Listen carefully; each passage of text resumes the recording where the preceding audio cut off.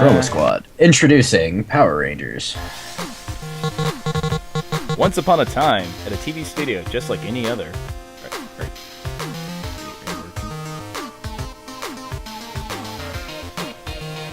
Right. I think it's borked. Is it not going? Oh. Wait. Okay. I am just now at once upon a time at a TV studio just like any other. Ah, right. Okay. I'll share screen with you so you can see what's going on. I wonder if it'll work. If it doesn't work, usually it works, but Alright, so we'll see. Alright. There we go. Okay. You got my screen?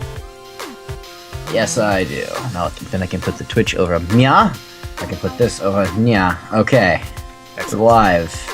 Alright, cool. So even if we're a few seconds late, I tried to delay things, so we'll see if that will diminish that. Super Rangers, it is time for all stuntmen to get in the scene. Hurry up! That's a lot of green screen. I think that's super cool. I totally want to like make a green screen like this, just a warehouse. And where are the minions?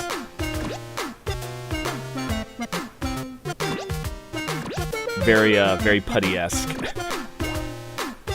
Yeah, this is like straight out of Power Rangers. Like totally. And there we go. We're all set for this part. So do you have to kick them in the chest? Because then it would be great. It would totally be the same thing. No, you just have to wail on them. But these are also. I like how one of them just popped out of the floor. Yeah, they kind of poof, poof, poof. Yeah, they pop out of nowhere. Yeah, what's cool about this is like this is a TV show. This is a studio. You know, these are actors, so you gotta be a stunt guy. And, you know, not just murder some poor fool. So you got your grids, you know, based on how much movement you can do. And typically you can do like a move and an attack. Or if you don't attack, you can do another movement. Or technically it's an action. Movement and action. Very standard D&D. Or I'd say most strategy RPGs like this, but most either have a move and an action or you just get to move. If you don't do the action, you wasted it. So it's also cool. You can also do teamwork. So what that does is if since I had the Red Ranger do teamwork there, I can actually have him catapult like this Blue Ranger to any of these yellow spaces. In addition, so if I did that next to an enemy, he would also jump into the attack. So for this scenario, I'm just gonna do this. So he threw him across. Otherwise, they would only reach where their blue can go. Right. Just toss me. Yeah. Just don't tell the elf. Nobody tosses a dwarf. And so yeah, this is just a tutorial right off the bat, kind of showing how things. Showing how everyone dies. And how everyone is, at least the Rangers are super amazing. Rangers? Squad? Whatever, the squad's amazing. This is one of the best episodes I've seen so far in the season. Right. With all of the green screen. It's like, yeah, this looks like the best episode before any post-processing. Yeah, seriously. We can add some explosions in later. Yep. Yeah, start jumping around. Yeah, well, we'll just add it later. And that's actually what they do nowadays. They have because I was looking into it, because I'm like, well, how do they do some of these cool, like, explosions? They have an air catapult that they'll set up, like, either at an angle or right below an actor, and then they'll have it go off, and that's how they get thrown up into the air. Because it never looks quite right if you just do it with a wire, because it looks like they got yanked, rather than they got, like, blown upward. Right. And they've actually been doing that even back then. They just add in explosions also with, like, a physical explosion, pyrotechnics, but, it's pretty interesting. Oh, whoops, I should have been doing acrobatics. Which was that, it's like, I'm gonna go on, even though it's not gonna reach, whatever. And so, director's instructions also, why not? Director's instructions give you an ability to get more experience, you get more fans. Basically, you don't have experience in this game. You have your fans and your audience. So this is actually the audience meter, which kind of just shows, hey, they're super excited, like they're enjoying the show.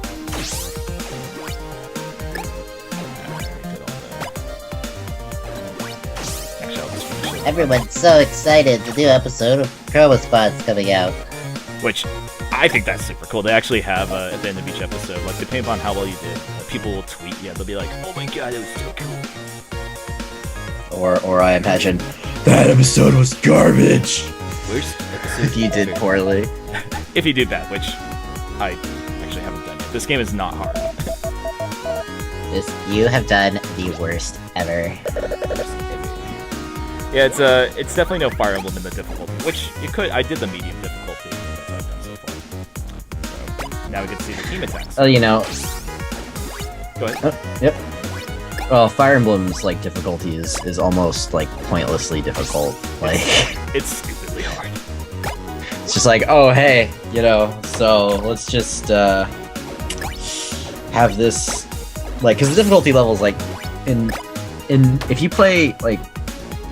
I think it's either Shadow Dragon or the one for the 3DS, and Shadow Dragon was the one for the DS.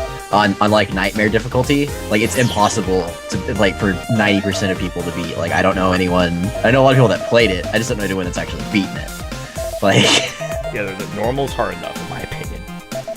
Yeah, like, I get my ass kicked during normal a lot of the time. Like, sometimes I'll play hard, and then I realize very quickly why I don't play on hard. Well, I like that they finally started doing, like, a more casual mode, so it's like, oh, hey, I lost a guy, and you can make it so they don't die. Instead, they're just knocked down. Yeah, I think that was in the newest Fire Emblem they did that, right? Which I think is good for people new to the series. I've never played this game before. Oh. For people that just want to play a strategy RPG and like whip some butt and like watch the story happen. Because like honestly, with the one on the 3DS, like if you have it set up so that like you're like doing it at a high difficulty, you have to do a lot of grinding. Oh, totally. Which is so stupid, because there's these extra levels that you can do to like grind experience on like characters, and you can buy them as DLC also, which is the worst thing ever. Like, talk about bad game design. That was kind of weird. I didn't really understand why they did that. Like, here's some DLC for a single player game. They're levels that you play to get gold and stuff. I'm like, oh, and the levels are completely uninteresting. I mean, not all of them cost money, though. Some are just, like, the hand deal, which I was like, oh, sure, okay, whatever. But... yeah, you just play those over and over again to, like, munchkin your characters out. Exactly.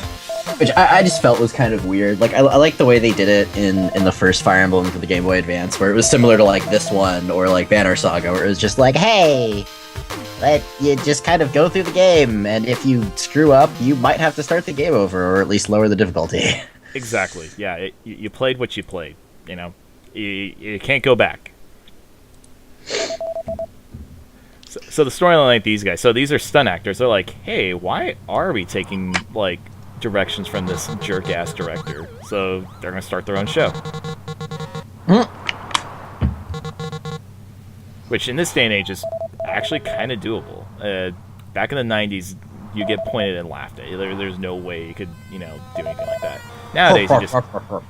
you're like, sure, whatever, how much money you have? Nowadays, you just kickstart it and you're set. Yeah. Back in the day, they're just, you're going to start your own show. I'm going to smoke my cigar and laugh at you. Yeah, you have producers? No? Good joke. Yeah, nowadays... Now, there's the wonders of YouTube, and Amazon, and Netflix. Exactly. Which I think is mind-blowing to this day. Like, Netflix is making their own shows and movies. Like, huh? Or, like, even on a smaller scale, you've got, like, the Rooster Teeth guys who have taken, like, just a random machinima idea. Basically created machinima in Red vs. Blue. and then went on to like make their own show that they have like DVDs, like it's on Netflix and Amazon and like the whole 9 yards. Like that's amazing to me. It's just these random guys decided, hey, let's record us playing Halo and then do a bunch of stuff for it. It'll be really funny. And it was really good, and it's just like exploded into this huge like conglomerate. Yeah, they were at the right time and the right place to be doing that. Like nowadays, it's it's overdone and hard to But yeah, what a great marketing decision. Marketing? I don't know what you call it. Because it's not really a core business decision. Business decision? Yeah. It's just the perfect timing. Guess. But yeah. It's like kind of one of those things where opportunities all just came together at the right point for things like that. Exactly. Like all these retro games right now, like everyone's fed up with like AAA titles. Yeah, I'm definitely feeling so people are just like, I want to play something from a simpler time with people so I can buy a game and the game will work. Yeah, it's not going to be super buggy. Which a lot of these indie games are usually pretty good about that. Oh, we have to choose a name. So what do we want to name the studio?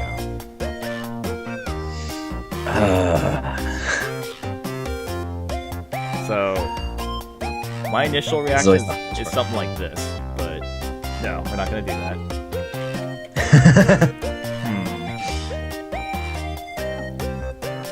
Stranger Danger Rangers.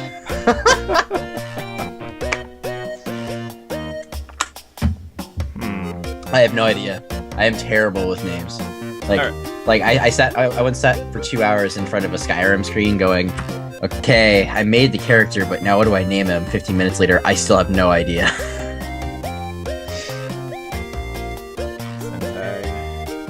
I don't know. There we go. Good enough. That'll work. So and now we get to pick who are going to be our actors for this game, and you pick one deal. You can't change it up. What I thought was really cool is you can kind of change the dynamic of like, oh, if you want the Pink Ranger to be a guy, that's fine. You could have Evan Tyson, or a creature, evidently. But yeah, it could be. Now go back one. There was a creature. Oh yeah, there's Mr. Beaver. Yeah, this game kind of got crazy. Okay, let me see if I can find. Oh, there we go. Weasley Stripes. Weasley Stripes. That's amazing. It's great. Sci-fi movies and cryogenics. Yeah, it's super on the nose. So you the tug in the cheek is so deep. It's amazing. I love it. But so like the Red Ranger, he's a leader. That's always that individual's always a leader. So they have more support kind of abilities. Well, not really support, but they do things that are. I guess it's a weird type of support. It's not like a healer support. It's like a bard support, I guess is the best way to describe it. I'm a buff machine. The techie, like he's good at like having ranged attacks and stuff. The support actually does healing, a few other things here and there. The salt, actually they also have extra. No, that's character. Oh, there we go. So like the salt has more attack to begin with. So if you go for someone who has high attack, like Mao has already plus 20% attack, so that's already plus 50. You can min-max this if you want. Oh yeah. So so you do this for everyone. You do it once though, and you never change it up again. So for the leader, you could have the dude Lee doing this, which he would be at plus 30% health, which is okay. You could make him be really good at tossing the allies across the field and have more attack. That's also good. What the heck is that? Is what? Gas. Gus Fune. So he was a Kickstarter backer. So some people got into the game. Like this guy.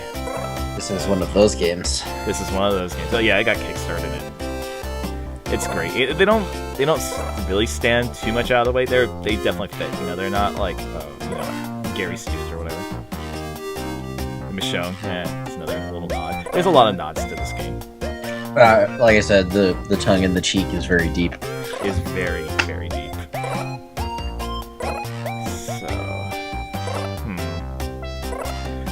So I like to do a lot of audience boosts. So I like to throw in like this guy as something. Like I made him my assault the first game, but I'm thinking because he has less attack, I'm gonna make him the leader for now. Well, permanently. The assistant or the Pink Ranger. That guy kind of looks like Wheeler from Captain Planet. He totally does. I could see that. I could see that. +6 regen, +1 conversion. So I'm gonna actually make Allert Johansson. I'm gonna make her the Blue Ranger. There you are. So she's gonna be giving us more of a conversion or fan conversion rate. So at the end, how we saw the audience meter, the more audience you have, the more they'll convert into fans. So having her will even do that more additionally. So I like having more fans. I like building that up. They'll become a resource later on. For now, it doesn't matter, but they'll become a resource for doing more things involved with the show. Pink Ranger. I forget, who did I make him? +5 skill regen. We actually want that for support. Good dodge, criticals. Okay. Our Pink Ranger's gonna be a black guy.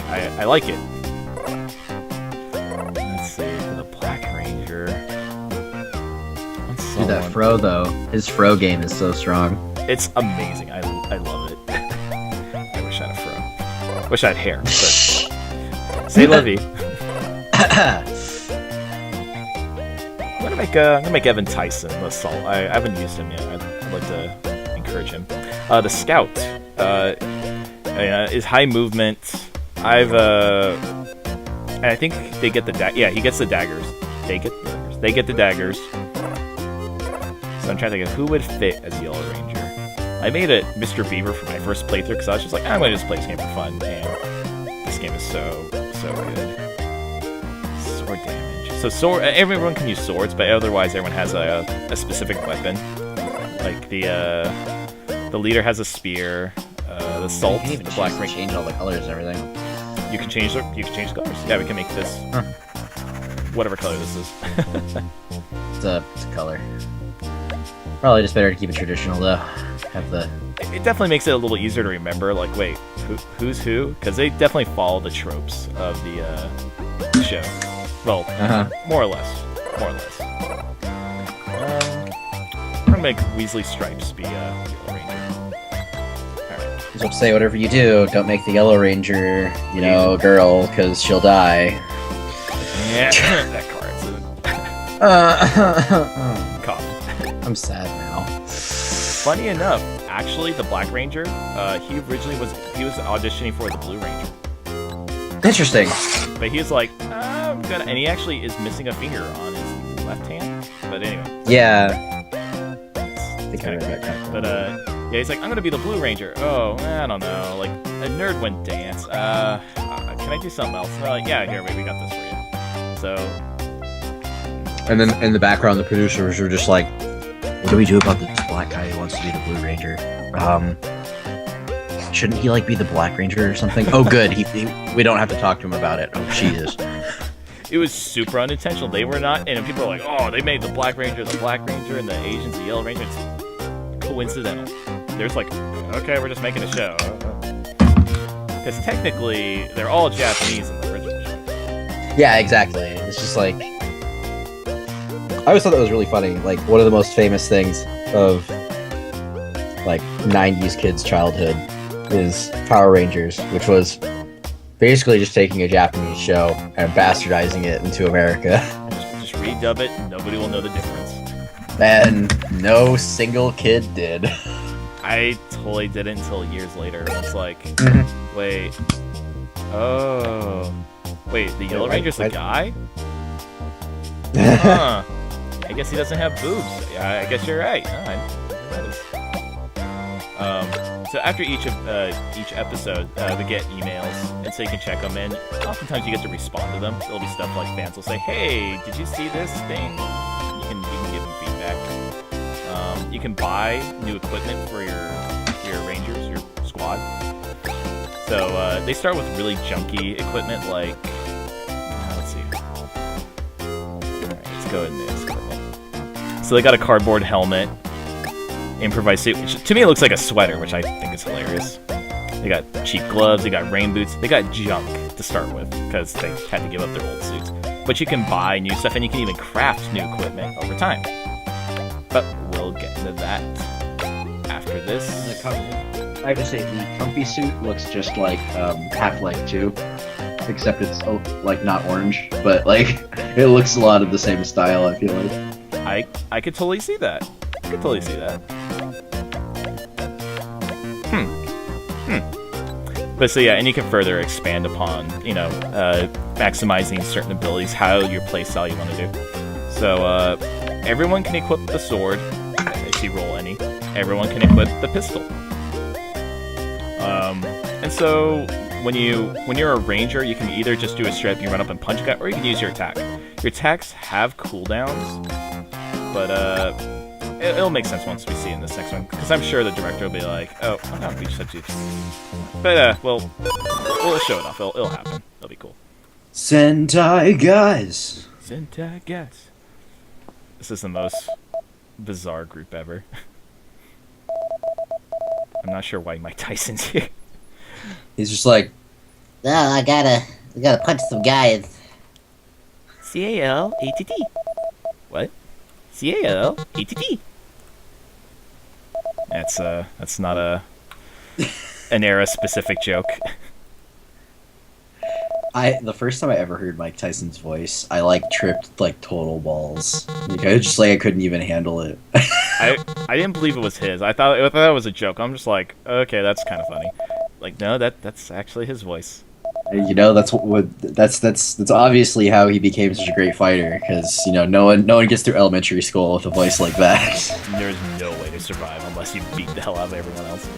He's just like, I am angry, and just beats everyone's faces into the dirt. Well, there you go. That's how it happens. I mean, you gotta be tough if you're gonna be funny like that. Gotta be tough if your voice is really high and you have this really lisp.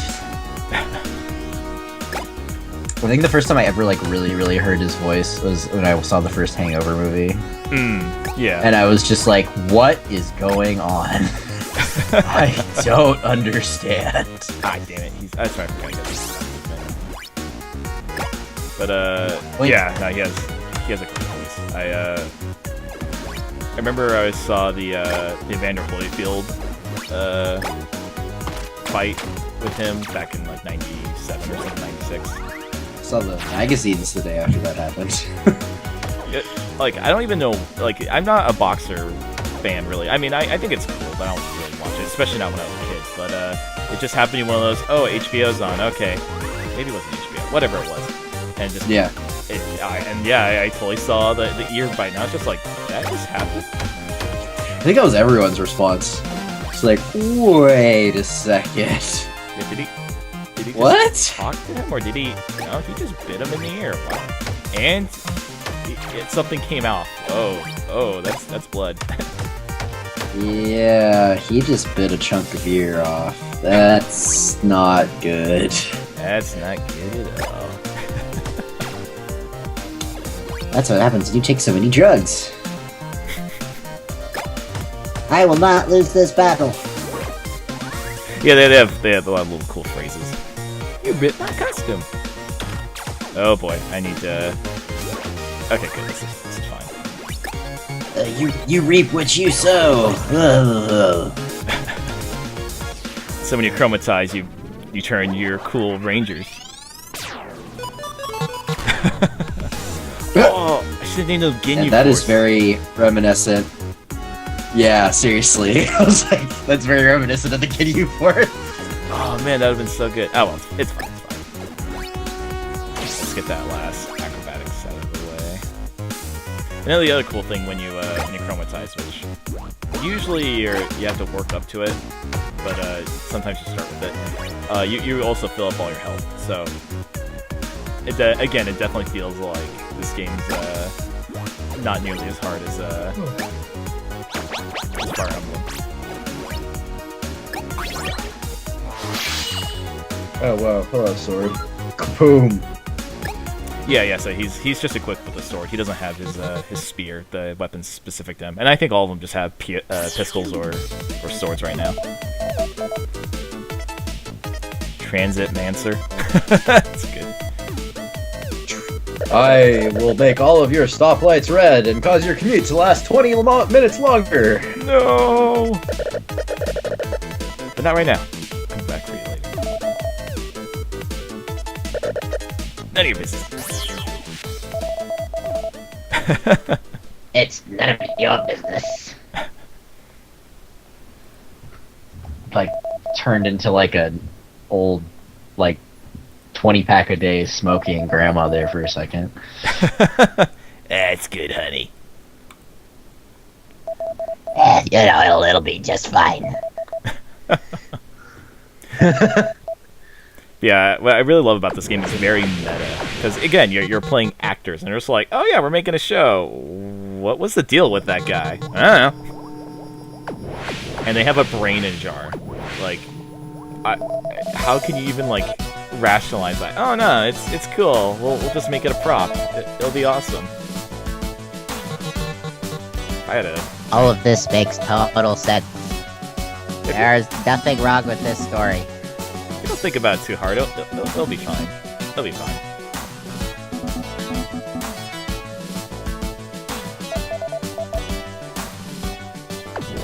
Also, I don't know if you noticed, but we had some of the guys dropped equipment when they died. The putty dudes. Mm-hmm. So that's what we'll be using for all the crafting.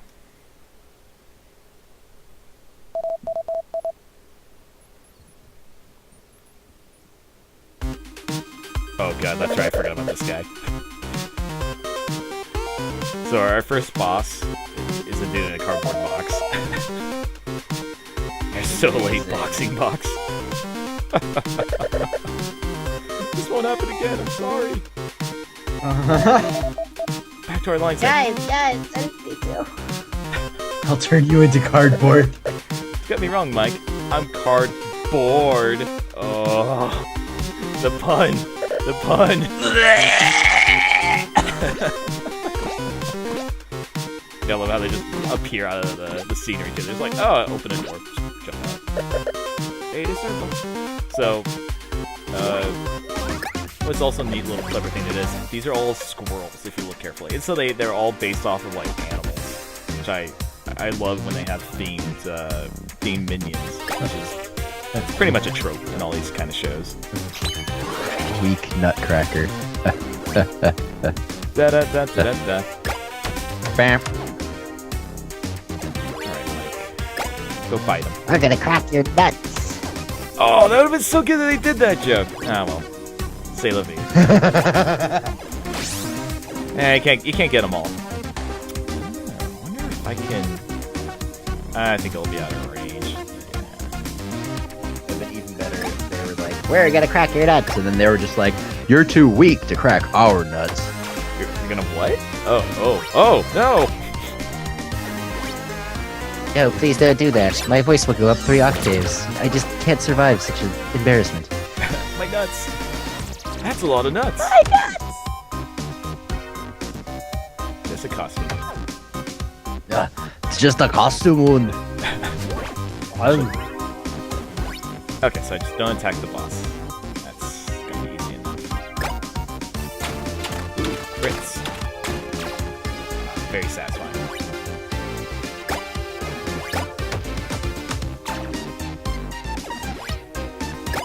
Yeah, if this game was a little more successful, which I kind of wish it was, I could totally imagine like Instructables just going crazy with people wanting to make costumes after this game. Cool.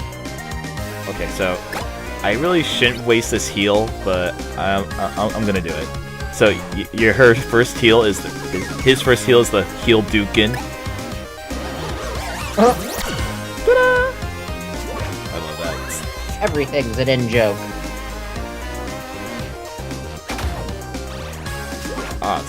So yeah, and there's also, like, you can get stunned in this game, which definitely is death if you're not careful.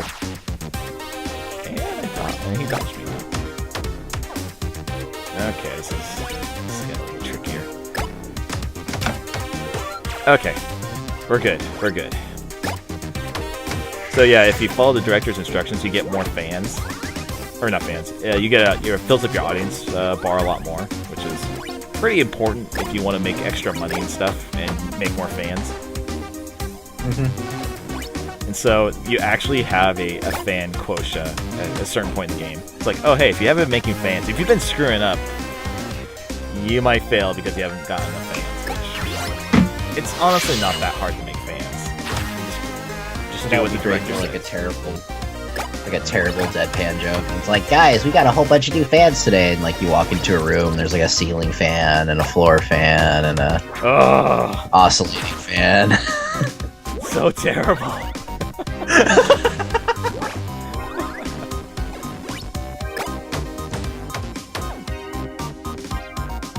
I don't want to like, did you just spend all of your money on these fans? It's like, I thought that's what we were supposed to do. The puns.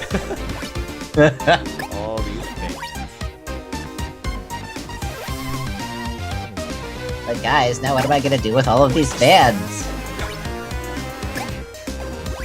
I'd say it's quite the I don't know, breezy situation. That's not a joke. It's just bad.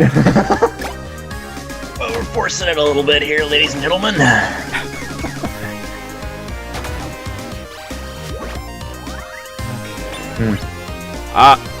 Alright, so I just need to wait one more turn. So, when the has a little start for finish it, that means you can do a finishing move, so everyone does a teamwork attack. Well, everyone except for one guy. And then you, oh no, don't hit. Okay, so if you... That's fine. You'll do a final attack, very Sentai standard, and you know, it's very showy, it's very flashy, and then you take them out. But you gotta have all 5 squad members do it. And you actually lose points if you do it too early, so that's the other key thing. So I was like, oh, I'll just do it right off the bat. It does a lot of damage, but then they're like, wow, they wasted that special move. Arg, I've been recycled. Oh. What about the